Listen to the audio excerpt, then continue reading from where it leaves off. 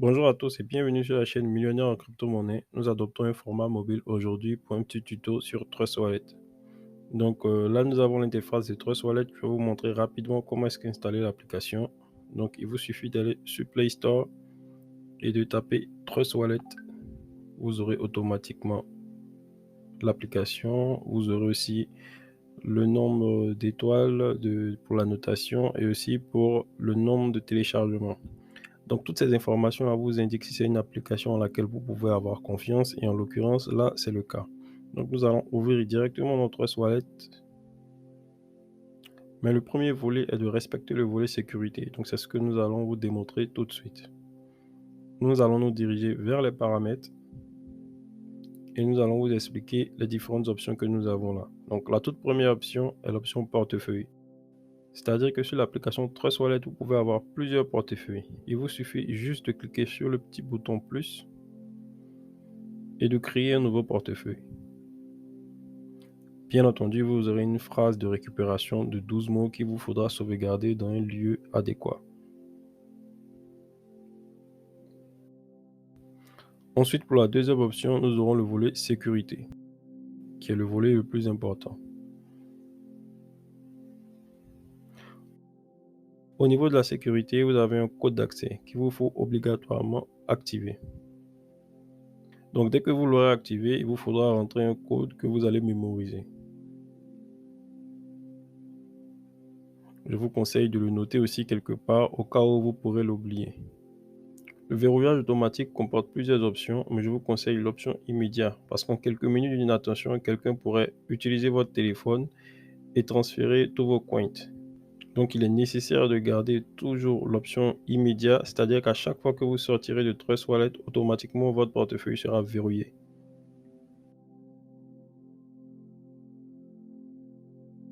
L'option suivante est la méthode de verrouillage.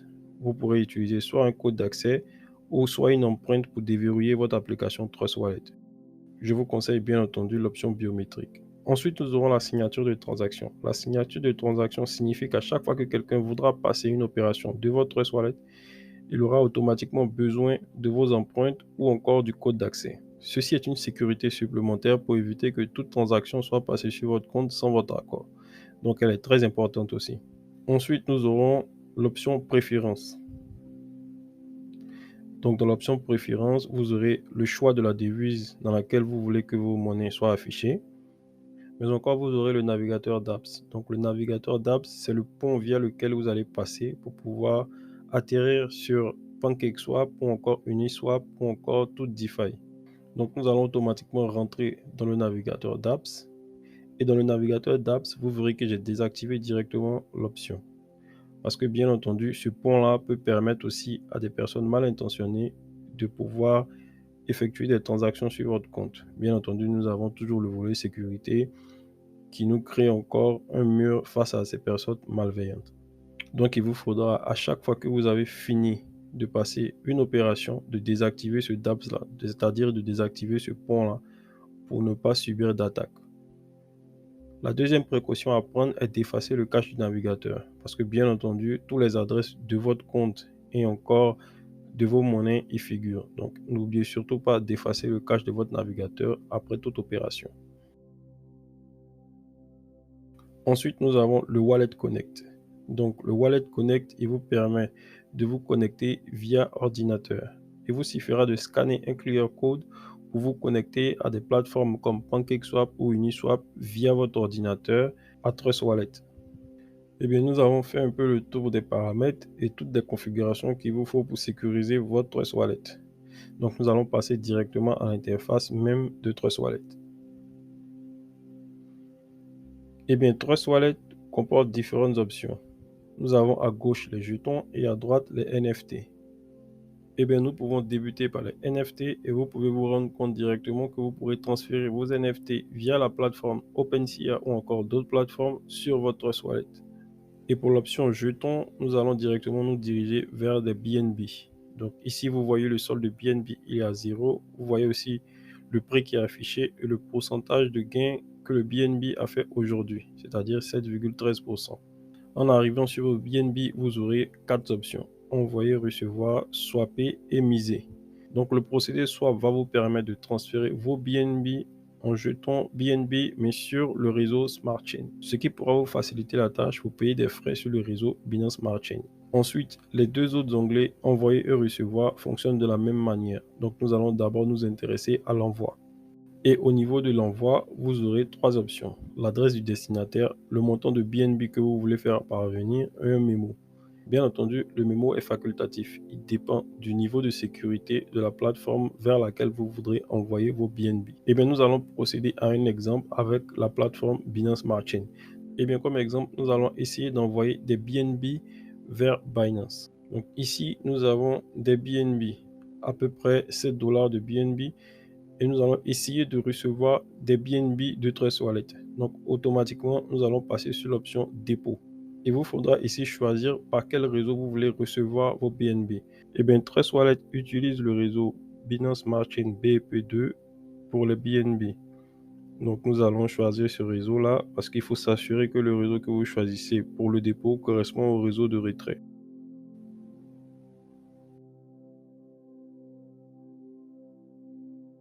Donc là, nous avons le petit mémo parce que Binance est une plateforme très sécurisée, donc ils utilisent très souvent des mémos. OK, nous copions directement aussi le mémo. Donc on repart sur Trust Wallet. On met tout d'abord le mémo pour ne pas avoir de soucis. On revient. Ensuite, on copie l'adresse BEP2 des BNB que nous allons aussi coller là.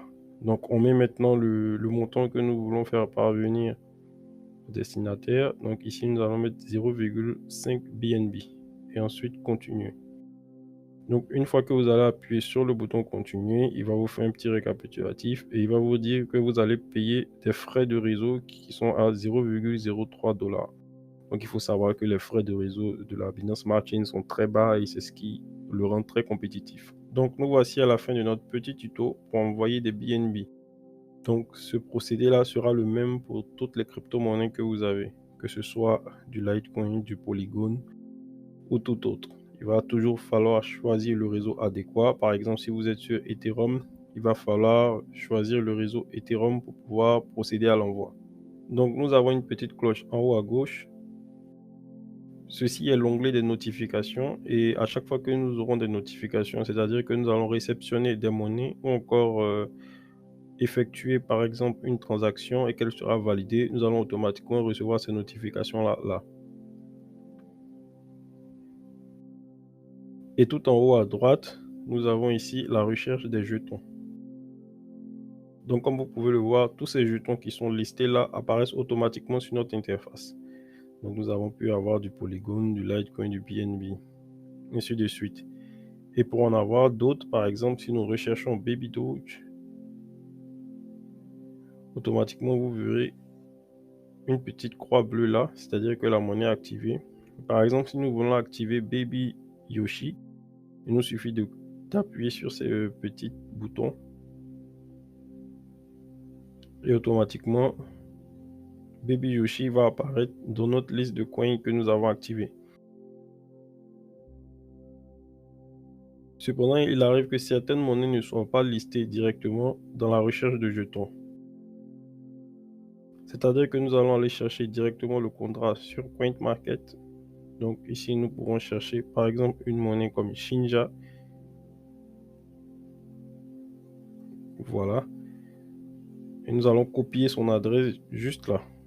Donc on copie l'adresse et nous repartons directement sur Trust Wallet. Donc recherche de jetons. Nous tapons par exemple quelques lettres. Ensuite, nous allons faire un ajout personnalisé. Donc ajout personnalisé. Nous allons coller le contrat et automatiquement, il va entrer les différentes données qui suivent. Donc effectivement, c'est bien du Shibnobi. Voici son symbole. Et il nous suffit de terminer et la monnaie sera automatiquement ajoutée. Donc une fois que nous revenons, nous verrons cette monnaie là affichée juste au bas de la liste. Donc voici comment est-ce qu'ajouter une crypto-monnaie qui n'est pas listée dans la recherche de jetons de Trust Wallet. Ensuite, nous allons passer maintenant au DApp. Donc maintenant que nous passons au DApp, nous allons l'activer via les paramètres, préférences, DApp, activer, retour, retour encore. Donc voici maintenant l'onglet DApps qui apparaît juste au bas. Une fois qu'on rentre sur le DApp, nous allons avoir accès aux différentes DeFi. Donc il y en a plusieurs, mais les plus célèbres restent toujours PancakeSwap et Uniswap. Donc nous allons directement nous diriger vers PancakeSwap. Donc il nous demande l'accès à notre portefeuille. Donc ce que nous allons lui attribuer. Connecter. Il va se connecter à notre portefeuille. Et par exemple, nous avons une nouvelle crypto-monnaie que nous voulons acheter sur PancakeSwap. Bien sûr, PancakeSwap fonctionne sur la Binance Smart Chain, comme vous pouvez le voir là-haut, avec le petit logo de BNB. Donc, nous allons rechercher une petite crypto-monnaie qui vient sûrement d'être listée et qui n'apparaît pas encore un peu partout. Donc, on va dire que nous allons prendre Shiny, par exemple. C'est un coin que je ne connais pas. Et nous allons essayer de voir s'il se retrouve sur le réseau de la Binance Smart Chain, ce qui n'est pas le cas là. C'est une monnaie qui est listée sur le réseau Ethereum et donc vous aurez accès à cette crypto là via Uniswap mais pas PancakeSwap. Donc il faut toujours veiller à vérifier le contrat de la crypto-monnaie en question. Donc on va dire qu'on va prendre une autre crypto, par exemple Lucky Block. Voilà, on ne va pas changer l'équipe qui gagne. Donc on récupère nos Lucky Blocks. Voici un contrat qui est sur le réseau Binance Smart Chain. Nous allons le copier automatiquement. Nous allons repartir sur PancakeSwap. Et maintenant, nous allons rentrer cette crypto-là. Donc, je vous explique un peu les deux petits menus, comment est-ce que ça marche. Ici, vous choisissez la monnaie que vous voulez utiliser comme monnaie d'échange. Donc, soit des BNB ou soit encore une autre crypto que vous avez, soit un stablecoin. Donc, ici, nous allons laisser les BNB. Et par exemple, vous pourrez choisir ici une crypto que vous voulez. Par exemple, du Cake pour PancakeSwap. Vous pourrez mettre ici la valeur de BNB que vous voulez échanger, par exemple 0,5. Donc, automatiquement, avec 0,5 BNB, vous aurez 25 Cake. Avec un slip play tolérance qui est de 12%. Donc, je vous montre rapidement cette configuration parce qu'elle est très importante. Elle permet d'éviter certains bugs. Donc, le slip play tolérance, qu'est-ce que c'est? Le slip pay tolérance, c'est le taux de glissage. C'est-à-dire qu'il faut savoir que le cours des monnaies évolue très vite. Donc, pour éviter que PancakeSwap sorte en perte sur certaines monnaies, vu que le cours évolue très vite, ils ont mis un niveau de tolérance. Donc, ce niveau de tolérance est par défaut, souvent à 1% ou à 0,5%. Il va falloir augmenter ce taux-là jusqu'à, par exemple, 12%, 15%, encore 20% pour que toutes vos transactions passent sans bug. Donc ici, nous laissons le taux de slip pay tolérance à 12%. Vous pouvez aussi monter progressivement, c'est-à-dire 5, 7, 9, jusqu'à atteindre un niveau où la transaction va s'effectuer sans bug. Donc ici, dès que vous faites ça, vous allez connecter votre wallet. Donc automatiquement, je mets encore 3 wallets. Voilà, il va me connecter mon wallet et automatiquement, il va me dire que insuffisance BNB balance, c'est-à-dire nous n'avons pas ici assez de BNB pour pouvoir effectuer cette transaction. Donc ça peut vraiment arriver vu que nous n'avons aucun fonds sur ce portefeuille-là. Donc voici un peu comment est-ce que marchent les transactions sur PancakeSwap pour pouvoir ajouter des monnaies. Bien entendu, je vais vous montrer la transaction de comment est-ce qu'ajouter une monnaie qui n'est pas listée dans la barre de recherche de PancakeSwap. Donc il vous suffira simplement de venir sur Manage Token. Donc nous avons cette interface là. Ici nous avons les différents sites qui permettent d'ajouter des tokens. Par exemple, ici nous en voyons 266, 298. Ces listes là sont ajoutées directement par PancakeSwap. Il faudrait éviter d'en rajouter vous-même. Ce que nous allons faire, nous allons passer sur l'onglet token. nous allons coller le contrat de notre token que nous avons copié, c'est-à-dire le token Lucky Block. Donc nous collons automatiquement et il va nous définir que là, nous avons nos Lucky Block L block. Donc import, automatiquement, il va vous dire que ce token n'est pas listé et que si vous poursuivez, ceci est à vos propres risques. Bien entendu, I understand, c'est-à-dire j'ai compris et je suis notifié de cette alerte. Donc automatiquement, vous voyez qu'il a automatiquement calculé vos 0,5 BNB et vous a donné 30 000 Lucky Blocks avec un taux de slippage tolérance toujours à 12%. Donc il vous faudra avoir assez de BNB sur votre compte pour pouvoir procéder ici à l'échange. Et bien je pense que nous avons fait le tour de PancakeSwap. Je vais vous montrer rapidement l'interface Uniswap. Donc Uniswap. Donc Popular, c'est l'endroit où on trouve les DeFi les plus populaires. Donc ici Uniswap, qui est presque le même que PancakeSwap, mais qui fonctionne sur Ethereum. Donc si vous avez des ETH ou encore d'autres crypto-monnaies sur Ethereum, vous pourrez simplement les choisir ici, comme nous l'avons fait avec le BNB sur PancakeSwap. Ici, sélectionnez le jeton que vous voulez sélectionner, ou encore gérer la liste des jetons pour ajouter des jetons qui ne sont pas forcément dans le listing de Uniswap. Vous collez le contrat juste là et c'est bon. Donc vous voyez que l'interface est assez similaire. Donc vous pouvez vous retrouver assez facilement sur PancakeSwap comme sur Uniswap.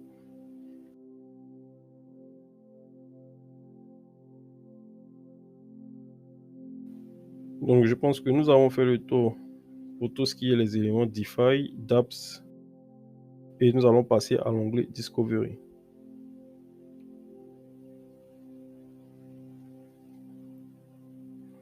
Et bien dans Discovery, vous pourrez voir des options comme le staking, les différentes crypto-monnaies et le pourcentage de staking. Donc nous voyons ici par exemple Osmosis, Kava, Cosmos. Donc ces options-là sont disponibles aussi sur Trust Wallet. Vous pourrez aussi stocker des coins, c'est-à-dire procéder à du staking ou encore acheter d'autres crypto-monnaies. Ceci, elles sont des options assez intéressantes.